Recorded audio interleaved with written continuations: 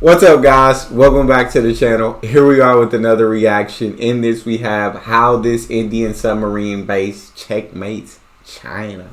Oh, I know this is going to be good. Before we dive in, if you guys happen to enjoy, please don't forget to subscribe. Give the video a thumbs up. And if you'd like to support the channel by becoming a member, all you got to do is hit that join button to receive your exclusive benefits. Let's get right to it. This is INS Varsha, India's new $3.7 billion underground nuclear submarine base. Built into a rocky cliff, it is designed to survive a nuclear attack, while its underwater tunnels Oh, you gotta be kidding me. Please don't. Would allow submarines to dock in secret. The base is built to house India's growing fleet of nuclear submarines, with space for up to 12 of them. These nuclear submarines will complete one of India's 3 nuclear deterrence platforms in the near future, and INS Varsha will keep part of the triad away from prying eyes, including satellite intelligence. India has commissioned more than a dozen new submarines, including 5 nuclear ballistic missile capable, which will play a critical role in deterring China. But India isn't there yet. Currently, it has 2 such submarines, while China has 12. Even so, this isn't a game of numbers, but rather one of reach. Operating close to home gives India the advantage. Many of its diesel-electric submarines are within the operational range of Chinese nuclear submarines. In these types of high-risk standoffs, victory often hinges on the first strike. INS Varsha, with its sheltered location, would give India a second move in case of conflict. And so the base not only forms the backbone of India's strategy to keep China in check, but also amounts to a multi-billion-dollar commitment to a stronger naval posture in the Indian Ocean. Admittedly, New Delhi's path to naval preeminence will not be an easy one, but with tensions mounting with China, it is a necessary one. Some of our content takes long, and I feel like as time continues on and India continues to grow economically, their military is going to continue to grow, and they're going to get more and more submarines. They're going to get more aircraft. They're going to get more tanks, land weapons, and I mean, as time, they're just going to continue to get stronger. In China, they already got deterrence, but China really ain't gonna want no smoke. You feel me? To produce than others. I'm gonna skip the ad. Odoo, the sponsor of today's video, helps me keep track of all the work behind the scenes.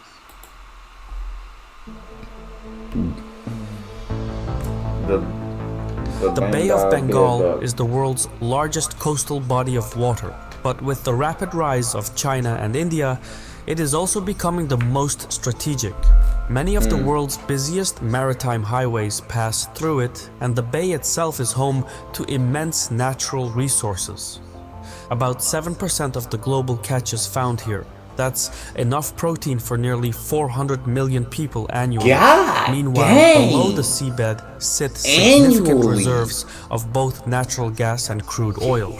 More famously, however, the bay is home to the most strategic naval choke point, the Malacca Strait. Around 94,000 ships pass through it every year, carrying around 30% of all traded goods globally. The strait is also the biggest oil transport route in the world, with 23.7 million barrels of crude oil passing through it every day to power East Asia's factories and industries. What's more, the oil and gas that pass through the strait make up 80% of all the energy China imports, which makes Malacca the jugular of the Chinese economy.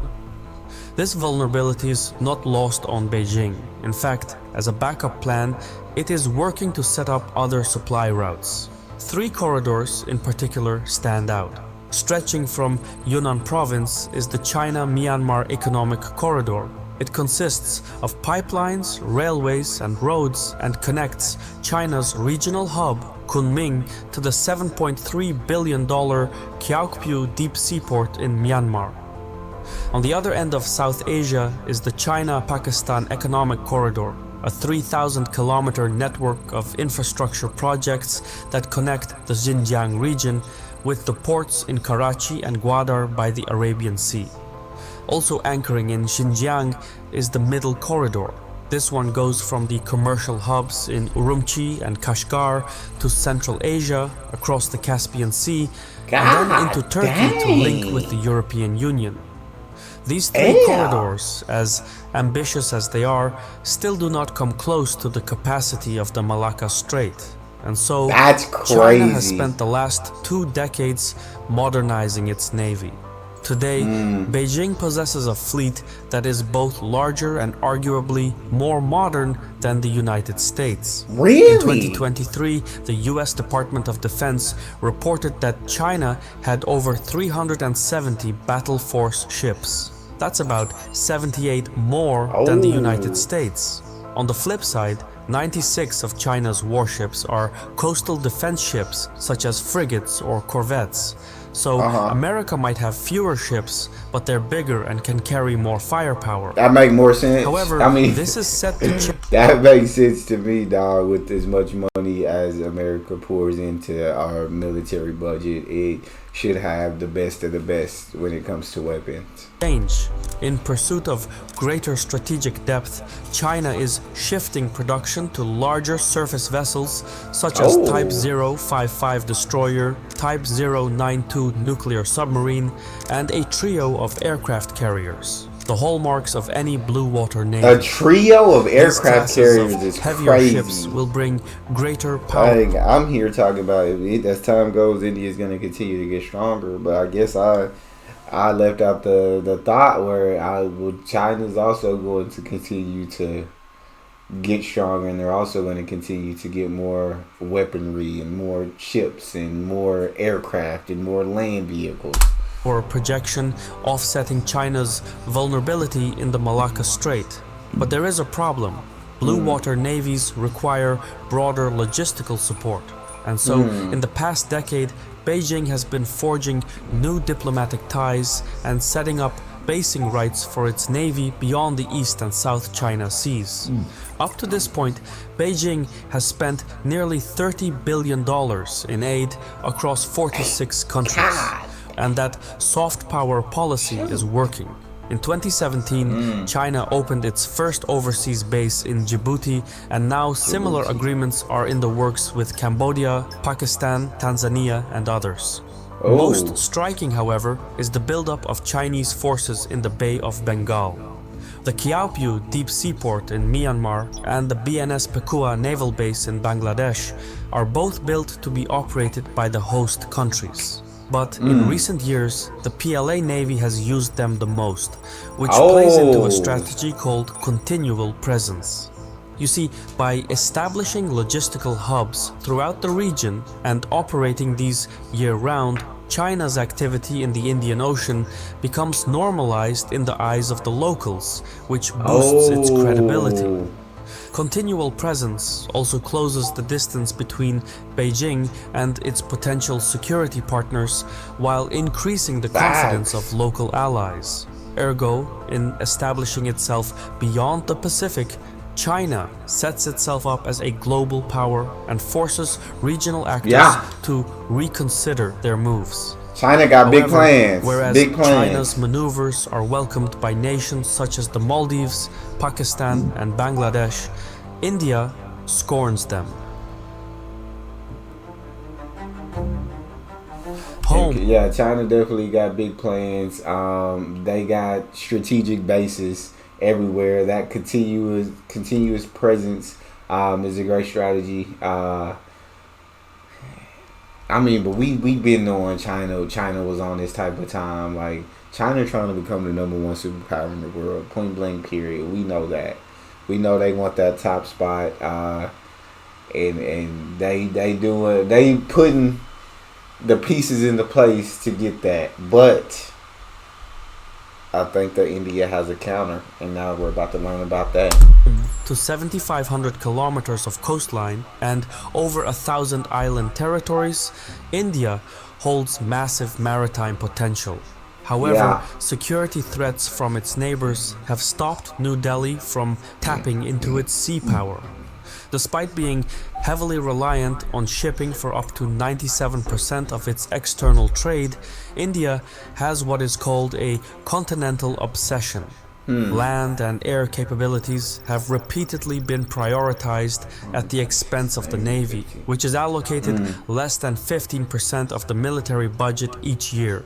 Yeah. The results speak for themselves. India possesses only 130 warships, which is an almost 3-to-1 disadvantage compared to China. Moreover, most of the warships it has are outdated, worn out, and no longer fit for purpose, at least when measured by NATO standards. The Navy's 15% cut, which amounts to a little over $11 billion, is enough to service its existing fleet, but falls short of the amount required for the construction of an additional 200 warships by 2035, something that the federal government aspires to. Faced with such limitations, India is now shifting to a strategy of sea denial. The keystone of this is the INS Varsha, a 20 square kilometer submarine base on the mountainous rim of the Bay of Bengal, situated roughly in the middle of India's eastern coastline. While work on INS Varsha began in 2005 to decongest the existing naval port of Vizag, China's continual presence has expedited the process. INS Varsha is now due for completion in 2026. Once completed, it will accommodate the bulk of India's growing nuclear-powered submarine fleet. It will be India's answer to China's Yulin naval base on Hainan Island. For decades, India's submarine fleet mainly consisted of diesel-electric Sindhu-Ghosh-class attack submarines.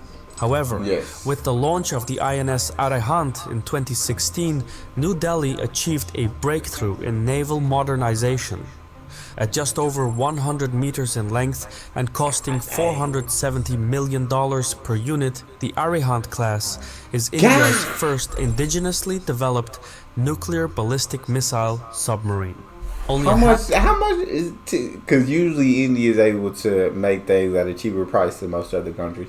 So if their nuclear submarine is $470 million, like what's the average price of a nuclear submarine? Like, anybody got ballpark prices for me? I would love to know. 470 for one. A handful of nations are capable of domestically building such vessels, and India is now one of them. INS Arihant is the result of 4 decades of research, dating back to the 1970s when India sought mobile nuclear deterrence against Pakistan. The Arihant class is equipped with 4 vertical launch tubes and can carry 12 ballistic missiles with a range of about 700 kilometers or 4 Kalam-4 nuclear-capable ballistic missiles that can travel 3,500 kilometers. In 2024, the Kalam-4 made headlines following its launch from the INS Arigat, the second of India's Arihant-class submarines. With a range of 3,500 kilometers, the Kalam-4 is able to target Chinese military installations as far away as Hainan. And with the Arihant class quieter than its competitors, the threat posed by India's new fleet will weigh on the minds of Chinese policymakers. It hasn't been all smooth sailing, however. In 2017, a serious incident occurred when a crew member of the INS Arihant neglected to secure a hatch properly on the aft of the boat. The consequent flooding of the vessel's propulsion system forced the submarine into dry dock for 10 months, with engineers working around the clock to replace the damaged parts. Despite such mishaps, 2 more Arihant-class submarines are expected to be commissioned this year. By 2035, India's fleet at INS Varsha is projected to expand by another 3 state-of-the-art S-5 class nuclear-powered ballistic missile submarines and 6 Project 77 class nuclear-powered attack submarines. That's quite an extensive catalog. And so all of this done by 2035, which I feel like is a nice timeline. I don't know how long it takes to build one of these nuclear missile submarines or nuclear powered submarines. I'm not sure the exact time, but that's 10 years from now, and I feel like India can knock it out. Of it, INS Varsha will be equipped with a command center as well as direct access to the Baba Atomic Research Center, located just 16 kilometers away in Achyutapuram. India established its nuclear triad in 2018, but as the nuclear submarine fleet grows in number and sophistication, the triad will mature. In time, it will give India greater strategic deterrence, survivability, and second strike capability, which will deter large-scale conflicts. Though impressive, India's commitment... Did it say act fast or act east? Though impressive, India's commitment to stronger naval posturing also goes beyond Varsha, beyond its mainland shores, in fact. 1,200 kilometers southeast lie the Andaman and Nicobar Islands, an archipelago of over 500 small islets, 37 of which are inhabited. Located just under 300 kilometers south of Myanmar, the Andaman and Nicobar Islands form a defensive barrier separating maritime Southeast Asia from the Bay of Bengal. Together, the islands have an attached 663,000 square kilometer exclusive economic zone, which accounts for 30% of India's total EEZ. Moreover, the islands are rich in... Can anybody tell me what EEZ means, please? I'll be needing y'all help in the comment section. Talk to me. Natural resources, including crude oil and natural gas. But it's really the location that makes these islands strategically indispensable. Located roughly 500 to 600 kilometers from the Malacca Strait, the Andaman and Nicobar Islands serve as forward operating bases for the Indian Navy. And with advanced surveillance systems on the ground, India can effectively track Chinese vessels moving through the region. But that's not all. Until recently, the islands were equipped with two dual-function airports, the Veer Savarkar International Airport at Port Blair and the Car Nicobar Air Force Station. Now, a third runway at Shibpur, known as the INS Kohasa, has been constructed. Measuring a kilometer in length, the new runway is equipped with night landing facilities as well as sufficient width and depth to support larger aircraft, such as the Boeing P-8 Poseidon Submarine Hunter, of which India Submarine has a dozen. Hunter. In all, the I like that name. and Nicobar Islands. The Poseidon Submarine Hunter is one of the most fire names I've ever heard. Tilt the scales back in India's favor. But now New Delhi is taking it a step further. Just as China moves into India's backyard, India is starting to do the same in China's backyard. Under Prime Minister Modi's policy dubbed Act East, India has been reaching out to Southeast Asia not for polite conversation, but for arms deals. In April 2024, India delivered the first batch of BrahMos supersonic cruise missiles to the Philippines, and a similar arms deal is in the works with Vietnam. For reference, BrahMos is one of the fastest cruise missiles in the world. It has pinpoint accuracy and can be launched from land, air, and sea. Taken together, by projecting into the South China Sea and building an undersea fortress, India looks to disperse China's resources and corner it in the Bay of Bengal. By all means, control is not always inherited, but always contested, one sea at a time. I've been your host Shirvan from Caspian Report. If you approve of not always inherited, but always contested what we do, please leave. Okay. This is an absolutely great video. And although China's Navy is ridiculously large and they have all these ships and everything, India is just placed in such strategic places that it negates the numbers that China has when it comes to their Navy. So you see why this submarine base does checkmate China. And like we said, as time goes by, I know China will get stronger, but India gonna get more of these nuclear submarines and nuclear powered submarines, and yeah, that military is going to continue to grow. It's going to continue to get stronger. And so, yeah, India, hey, China, watch out. Don't mess with India. Don't go over there for that smoke. That's not what you want. If you enjoyed, please don't forget to subscribe, give the video a thumbs up, and check out the next one. I'll see y'all next time.